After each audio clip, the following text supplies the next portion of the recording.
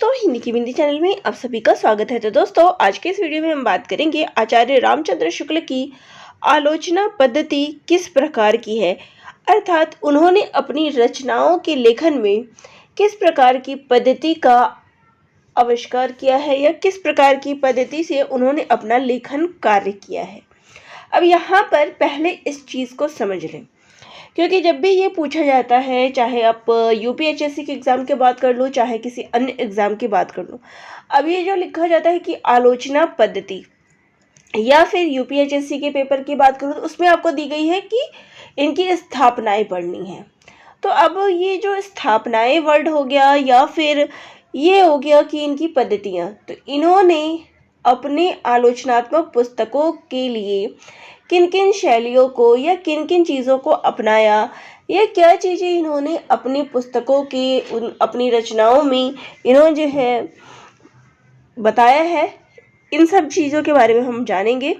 तो आज के वीडियो में हम शुक्ल जी के बारे में जानेंगे और बाकी जो अन्य वीडियो है उसमें हम डॉक्टर नगेंद्र, हजारी प्रसाद द्विवेदी जो भी है उन सभी के बारे में पढ़ेंगे।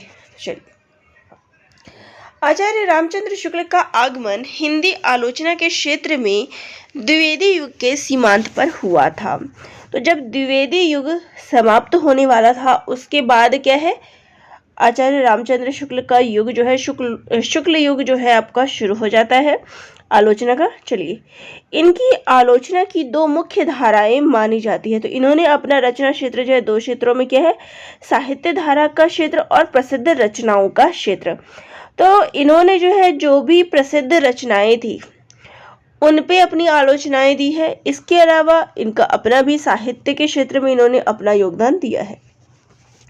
प्रथम क्षेत्र में उनकी महत्वपूर्ण देन है हिंदी साहित्य का इतिहास। तो इन्होंने कौन सा लिखा है, हिंदी साहित्य का इतिहास, आपको पता है। दूसरे क्षेत्र के अंतर्गत जिसमें कि प्रसिद्ध रचनाओं के बारे में बताया गया है, तो इसमें उन्होंने तुलसी, जायसी और सूर आदि की कृतियों पर जो भी इन्होंने रचनाएं लिखी है उन पर गंभीर अध्ययन और विश्लेषण कर अपने विचार रखे हैं। चिंतामणि के इनके आलोचनात्मक निबंध मूलतः सैद्धांतिक ही है। तो इनकी पुस्तक है चिंतामणि, जिसमें उन्होंने इन सब चीज़ों के बारे में बताया है। उन्होंने रस और अलंकार का नए सिरे से विवेचन किया।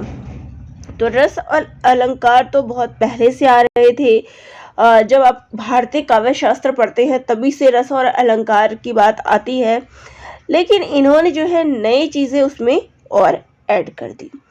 अभिनव मनोवैज्ञानिक परिप्रेक्ष्य देकर उन्होंने ऊंची मानसिक भूमि पर लाकर खड़ा कर दिया। जो चीज़ें पुरानी चली आ रही उसमें अपने नई चीज़ें इन्होंने डाली। वास्तव में शुक्ल जी ने आलोचना और समीक्षा के भारतीय सांचे को बना रहने दिया।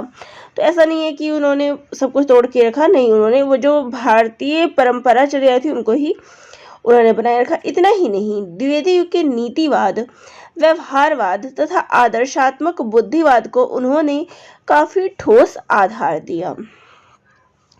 उन्होंने अपनी साहित्यिक आलोचनाओं में उन्हें अपनाया भी और उन्हें एक दार्शनिक आधार भी दिया। तो जो ये द्विवेदी युग में चली थी, सिद्धांतिक चीज़ें चली थी, उनको उन्होंने अपनाया भी और एक जो है अपने हिसाब से भी उसमें चीज़ें ऐड की। इसी आधार पर बाद में हिंदी में एक नए युग का श्री गणेश भी हुआ। सच्चा कवि वही है जिसे लोक हृदय की पहचान हो, जो अनेक विशेषताओं और विचित्रताओं के बीच मनुष्य जाति के समान हृदय को देख सके। इसी लोक हृदय के लीन होने की दशा का नाम रस दशा है। ये उन्होंने चिंतामणि के पहले भाग में पृष्ठ संख्या 226 पर बताया है। और शुक्ल जी के कथन जो है इम्पोर्टेंट हो जाते हैं। तो यहाँ उन्होंने कवि की बात की है कि कवि कौन होता है, तो जिसे लोक हृदय यानी लोगों के जो हृदय है, लोगों की जो बातें हैं उनको समझ सके, अपने उनके दुख को अपना दुख समझकर, अपना समझकर जो लिखता है वही है।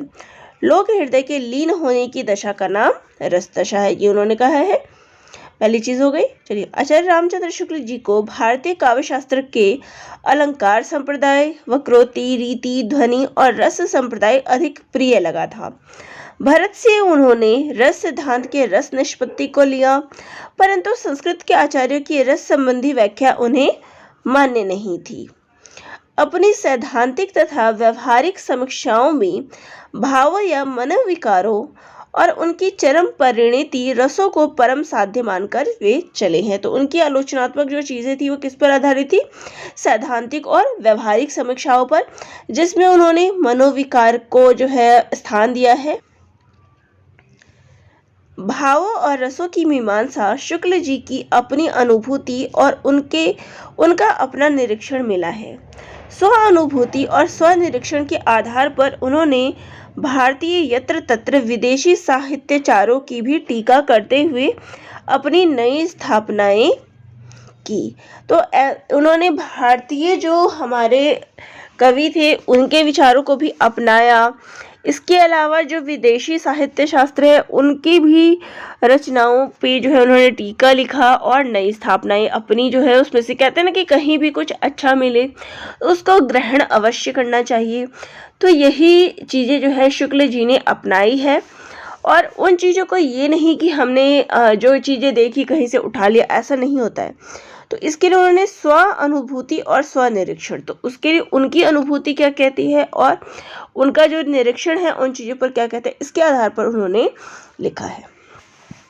आचार्य शुक्ल ने रस दशा को हृदय की मुक्त अवस्था माना है, जिसमें श्रोता, पाठक या दर्शक साहित्य की किसी रचना के श्रवण, पठन और दर्शन में इतने लीन हो जाते हैं कि उन्हें अपने चारों ओर के जगत एवं वातावरण की सुध-बुध ही नहीं रहती। तो ये कथन इम्पोर्टेंट हो जाता है, परीक्षा में पूछा जाता है कि रस दशा को हृदय की मुक्त अवस्था किसने माना है। चलिए, शुक्ल जी की कसौटी यह है कि जब हम क्रोध या भय को लोक से संबंध देखेंगे तब हम रस भूमि की सीमा के भीतर पहुंचेंगे। ये बात उन्होंने अपनी पुस्तक रस मीमांसा में कही है। तभी तो वह लोक हृदय में लीन होने की दशा को रस दशा कहते हैं। वह मानते हैं कि साहित्य को हर तरह की संकुचित, व्यक्तिवादी और भाववादी धारणाओं से मुक्त रखा जाना चाहिए, क्योंकि लोक हृदय, लोक मंगल या लोक हित को दरकिनार करके साहित्यकार आगे नहीं बढ़ता। तो ये उनके द्वारा जो है मत जो है दी गई है, जिसमें उन्होंने लोक हृदय, लोक मंगल और लोक हित की बात कही है। वे साहित्य में उनके आधार के चित्रण को ही सबसे महत्वपूर्ण मानते हैं। वह कहते हैं, भावों के प्रकृत आधार पर विषय को कल्पना द्वारा पूर्ण और यथातथ्य प्रत्यक्षीकरण कवि का सबसे पहला और सबसे आवश्यक काम है। ये भी बात उन्होंने अपनी पुस्तक रस मीमांसा में कही है। उन्होंने पूर्व और पश्चिम दोनों ओर के भाववादी साहित्य शास्त्रियों विचारों से अलग हटकर रस को काव्य की आत्मा तो माना, लेकिन लोक हृदय में लीन होने को रस दशा कहा है। तो रस को जो है उन्होंने काव्य की आत्मा माना है, लेकिन उन्होंने लोक हृदय में जो लीन होने की दशा है उसको रस माना है। ज्ञान को वास्तविक जगत की सत्ता, लेकिन लोक हृदय में लीन होने की रस दशा को कहा। तो उन्होंने ज्ञान को तो इम्पोर्टेंट चीज माना है, लेकिन उन्होंने लोक हृदय की, लोगों की हम बात समझ चुके, इसको महत्वपूर्ण माना है। ज्ञान को वास्तविक जगत की सत्ता पर निर्भर बताया। अवैज्ञानिक रहस्यवादी कल्पनाओं से मुंह मोड़ा, कि जो भी चीजें अवैज्ञानिक है, रहस्यवादी है, कल्पनाएं हैं, इनसे उन्होंने क्या है मुंह मोड़ लिया, और काव्य के भाव योग की परिणति जीवन के कर्म योग में की। तो काव्य में जो है उन्होंने भाव योग की बात कही है, जो उनकी स्व अनुभूति है उसको उन्होंने महत्वपूर्ण दिया है। साधारणीकरण के संबंध में आचार्य शुक्ल ने व्यक्ति वैचित्रवाद की चर्चा की है।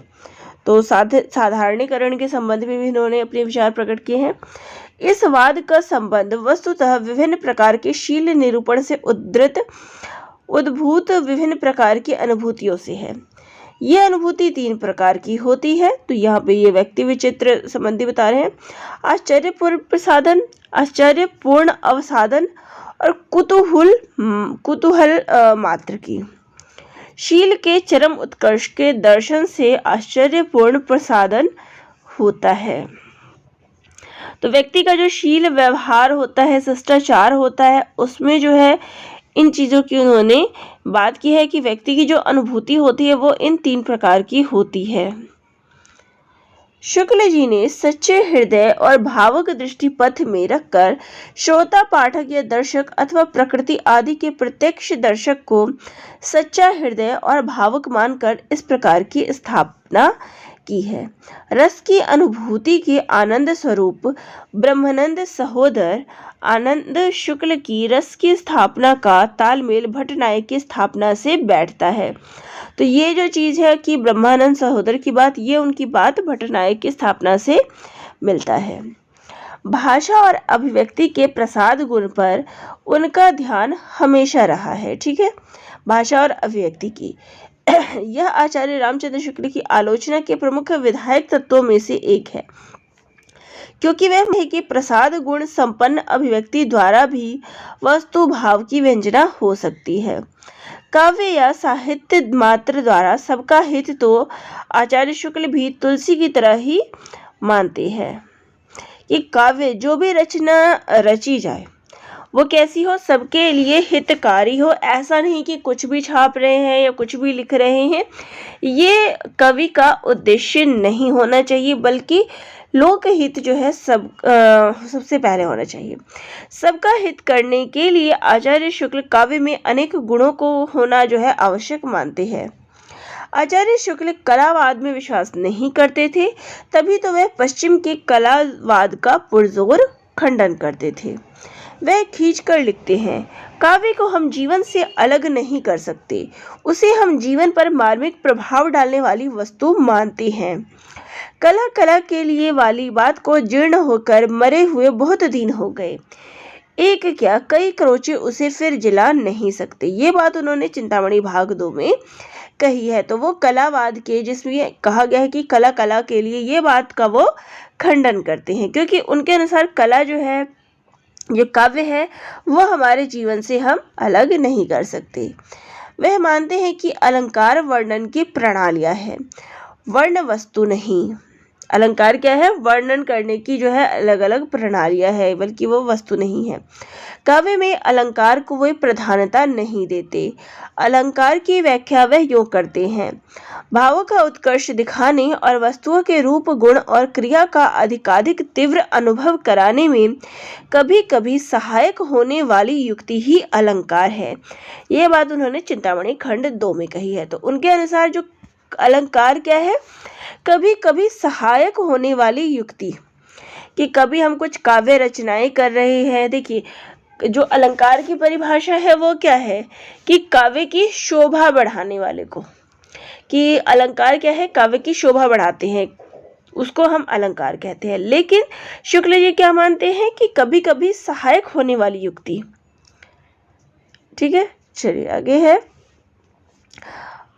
कहा जाता है कि अलंकारों को प्रधान देने वाले शास्त्र पर और चमत्कारों और उक्ति सौंदर्य के काव्य पर किया गया उनका प्रहार ही नए भारत के सांस्कृतिक आंदोलन का एक महत्वपूर्ण अंग प्रमाणित हुआ है। संसार के प्रति उनका दृष्टिकोण मूलतः वस्तुवादी है। वह मानते हैं कि वस्तु व्यापार योजना इसी जगत की होती है। कवि द्वारा भाव उसी रूप में व्यंजित होते हैं जिस रूप में उनकी अनुभूति जीवन में होती है। इस तरह लोक और साहित्य, सामाजिक जीवन और रस, भौतिक जगत और भाव जगत की यही एकता है। तो यही तो मेन हो गया कि वस्तुवादी जो चीज़ हम अनुभूति करेंगे अपने जीवन में, उसको ही हम अच्छे से बता सकते हैं। आचार्य शुक्ल ने अपने अगाध्य और मौलिक चिंतन से हिंदी आलोचना के सैद्धांतिक स्वरूप को पुष्ट करते हुए उसे व्यवहारवादी आलोचना के रूप में ढाला। तो जो सैद्धांतिक रूप चल रहा था उसको उन्होंने व्यवहारवादी आलोचना में बदला। इतना ही नहीं, आलोचना की कसौटी पर निर्णयवादी आलोचना का आधार तैयार किया। इस प्रकार आचार्य शुक्ल कविता में समाज और जीवन की अभिव्यक्ति को महत्व देते हैं। वे कविता का विश्लेषण और मूल्यांकन करते समय कहीं भी ब्रह्म की अभिव्यक्ति नहीं खोजते, बल्कि रहस्यवाद और आध्यात्मिकता की उपस्थिति पर आपत्ति करते हैं। कविता के स्वरूप और प्रयोजन, विचार और भाव के स्वरूप, जीवन अनुभूति और काव्य अनुभूति के संबंध तथा साधारणीकरण आदि के बारे में शुक्ल जी की धारणाएं उनकी वस्तुवादी दृष्टिकोण का प्रमाण देती है। ठीक है, तो इन सब चीजों पर जो है उनकी दृष्टिकोण जो है वस्तुवादी रही है। उनकी आलोचना गंभीर है क्योंकि उसका आधार वस्तुवादी दृष्टिकोण है। वह संसार के इन्हीं गिने आलोचक में है जिन्होंने मुक्त कंठ से इस भौतिक जगत में मनुष्य के व्यवहार जगत को सत्य के रूप में स्वीकार किया। उनकी गंभीरता का दूसरा कारण संभवतः उनकी तर्क और चिंतन पद्धति है। विरोध लगने वाली वस्तुओं का सामंजस्य पहचानना, उन्हें गतिशील और विकास समान देखना, संसार के विभिन्न भौतिक और मानसिक व्यापारों का परस्पर संबंध स्थापित करके उनका अध्ययन करना इस पद्धति की विशेषताएं हैं। तो उनकी पद्धति की क्या विशेषताएं हैं कि कोई चीज जो है उनको उन्होंने क्या किया, मुक्त कंठ से इस भौतिक जगत का जो भी चीज है उस सत्य को उन्होंने स्वीकार किया है कि इस भौतिक जगत में जो कुछ भी है, व्यवहार में जो चीजें आई है उसको उन्होंने स्वीकार किया है। और ऐसा नहीं कि कुछ भी, इसके लिए वो क्या चीज इस्तेमाल करते हैं, अपनी तर्क और चिंतन पद्धति। कोई भी चीज ऐसी नहीं, उस चीज को पहले समझना है फिर करना है, तो उसके लिए वो तर्क और चिंतन पद्धति का प्रयोग करते हैं। तो उनकी जो चीजें हैं उसके लिए यही सारी जो विशेषताएं हैं। चलिए, शुक्ल जी ने समीक्षा की निम्नलिखित शैलियों का प्रयोग किया है। तो उनकी आलोचना पद्धति किस पर आधारित थी, तो सबसे पहली है सैद्धांतिक समीक्षा पद्धति। इस शैली के दर्शन पर उन निबंधों में होते हैं जिनमें आचार्य शुक्ल ने समीक्षा शास्त्र का प्रतिपादन किया है। चिंतामणि के काव्य में लोक मंगल की साधना अवस्था, साधारणीकरण और व्यक्ति वैचित्रवाद तथा रसात्मक बोध के विविध रूप निबंध तथा रस मीमांसा कृति इस प्रकार की समीक्षा शैली से अनुप्राणित है। शुक्ल जी के समीक्षा सिद्धांत इन्हीं रचनाओं में मुखरित हुए हैं। तो पहली क्या होगी, उनकी जो आलोचनात्मक पद्धति है उसमें पहला हो गया सैद्धांतिक समीक्षा पद्धति। दूसरा है व्याख्यात्मक आलोचना शैली। शुक्ल जी की यह आलोचना शैली अत्यधिक प्रिय है, जिसका प्रयोग उन्होंने जायसी, सूर तथा तुलसी संबंधी आलोचनाओं में किया है। ये सभी रचनाएं उनकी व्याख्यात्मक शैली का आदर्श नमूना है।